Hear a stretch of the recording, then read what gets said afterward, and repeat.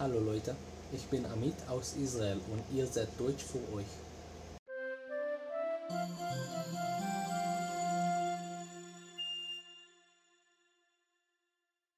Hallo! Remember the good old times when I used to feel bad for missing 1 week? Yeah. I don't want to go on these mega huge dry spells without any sparkles of light in between anymore, so I decided to squeeze in a video in between preparing for my exams. Or, let's be honest, instead of preparing for my exams, because there's so much stuff that I don't really know where to start, so I'd rather just procrastinate.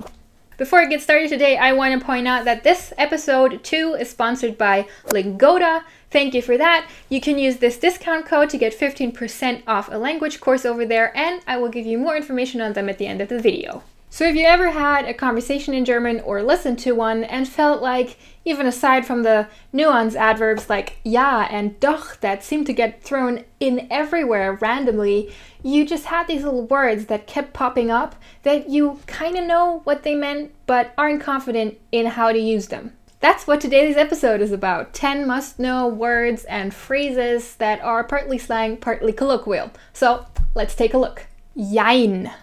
As a mix between ja and nein, jein carries a bit of both, unsurprisingly. Use it when you want to see that something isn't exactly wrong, but actually is.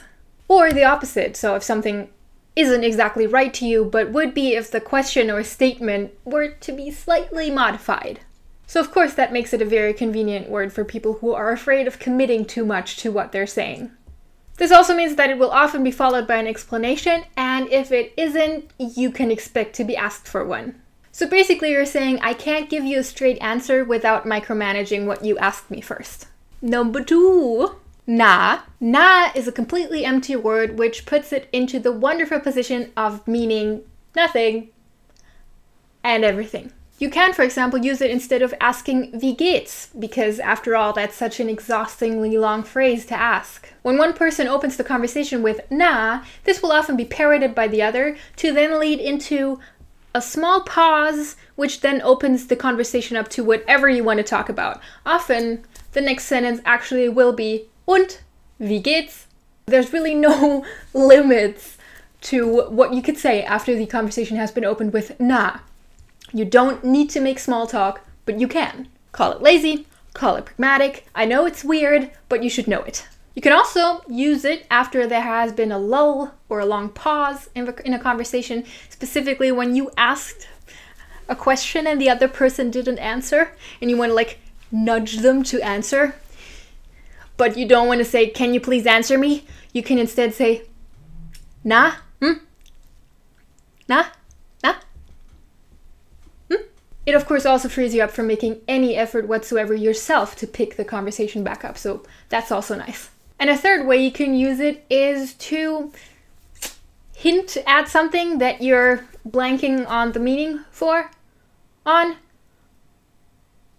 prepositions. And you think that the other person probably knows what you're talking about, so you say nah, come on, you know what I mean. What do I mean? What's the word I'm looking for? Nah. So you just saw it from the way I did it. You will usually make some sort of evoking hand gestures and try to prompt the other person to say what you're trying to say. Number 3. Aber hallo. But hello doesn't initially seem to mean much. Could be something that a proctologist says. That was the joke of the century, ladies and gentlemen. Of course, like with pretty much all of these on this list, you can't translate this literally. We use it to mean something like you bet or right on. So kind of confirming what somebody said enthusiastically. Dude, I totally did that so hard. That sounds wrong. I totally did that and then some. Can also be used to express irritation, although in that way it's usually used without the aber and just as hallo said in a very indignant tone. So, hallo. You can use it in any situation where more accurate words for your anger escape you because of just how pissed you are. Number 4, geht's noch? Geht's noch is what usually comes right after hallo. which means that it's another pretty much hollow phrase for expressing I'm pissed, while literally saying is it still going, which is like saying are you sane, and in English you would probably use are you kidding for this. Let's say somebody runs into you and really hurts you, doesn't excuse themselves and just keeps running. You might yell after them, Hallo, geht's noch? Number 5, ja nein or ja nee. Yes, no is not something that English speakers say. Russian speakers, however, can, if you want to, skip this one because this is pretty much exactly the same as da нет. Ja nee actually just means no. So short explanation for those that don't know, nee is a colloquial way of saying nein. Meaning the ja in this case doesn't mean yes as much as it means obviously. So implying that whatever you are saying no to, obviously you're going to say no to. So in English in this place you would say, well, obviously not. Because in both that English phrase and ja nee, the speaker assumes that the listener is very aware, or that it's obvious to the listener that the answer to whatever they just said or asked is no. Of course, it can also be used sarcastically, in which case it tries to say duh or no duh. So this is very popular among teenagers. Number 6 is a really quick one. Genau. I use this a lot, and I still, to this day, slip that into speaking English, and I don't really know why. That's always been a thing. Instead of saying like exactly or right, I sometimes will say genau, just out of the blue.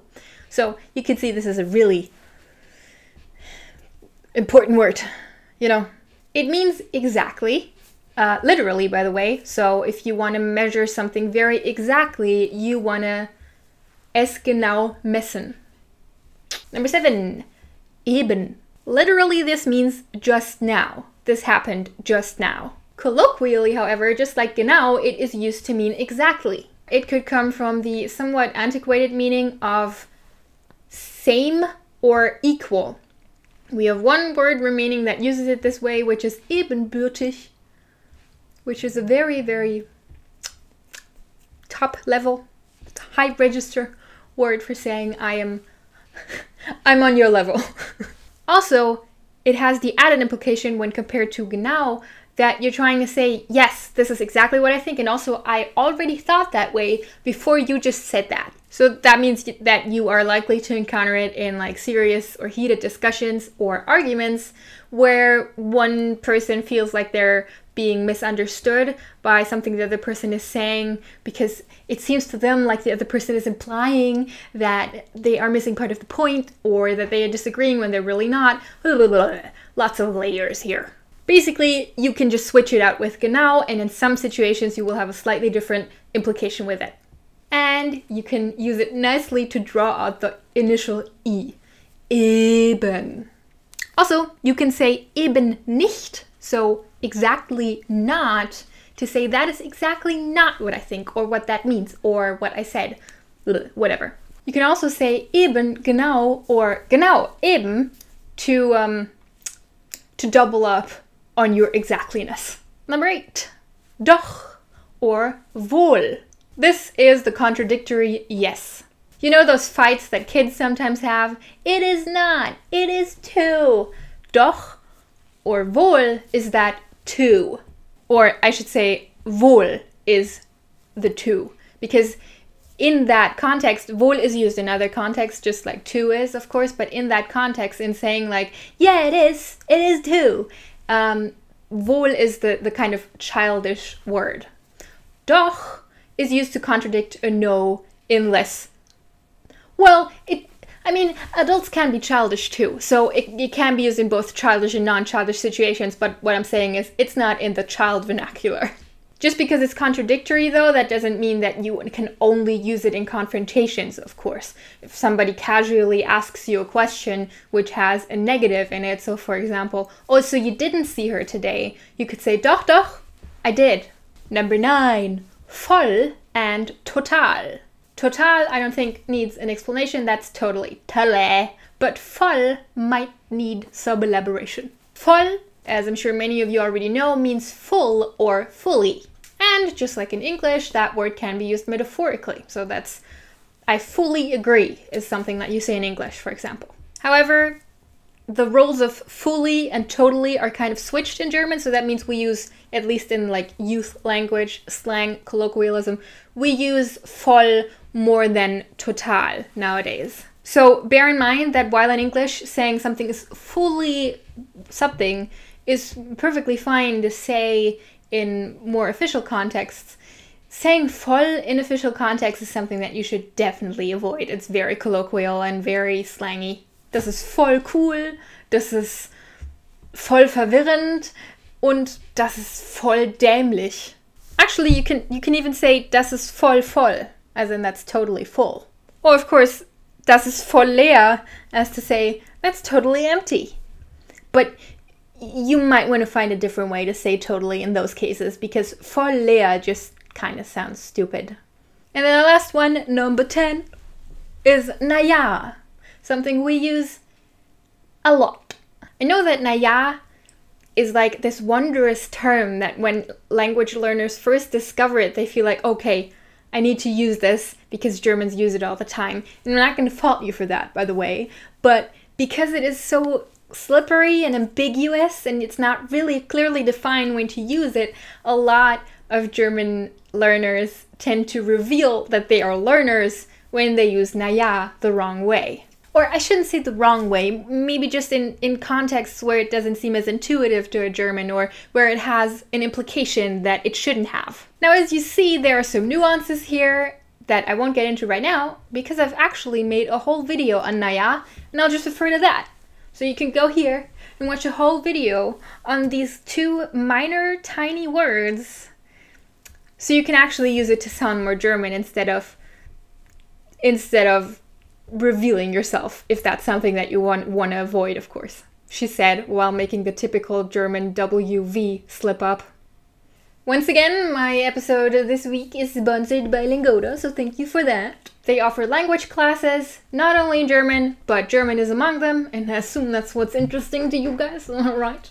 They're at a very high level. They supply you with both group and personal classes that cater to your needs. Basically, they pick you up where you're at, they look at your strengths and weaknesses, and they try to take you to the next level of the CEFR scale, so A1 to A2, A2 to B1, etc. And after you finish one of those blocks, so advance to the next level of competence, you can actually get a certificate with them too.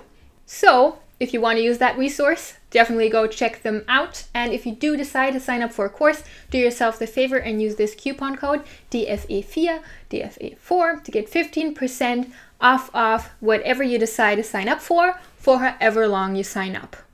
And that's it from me for today.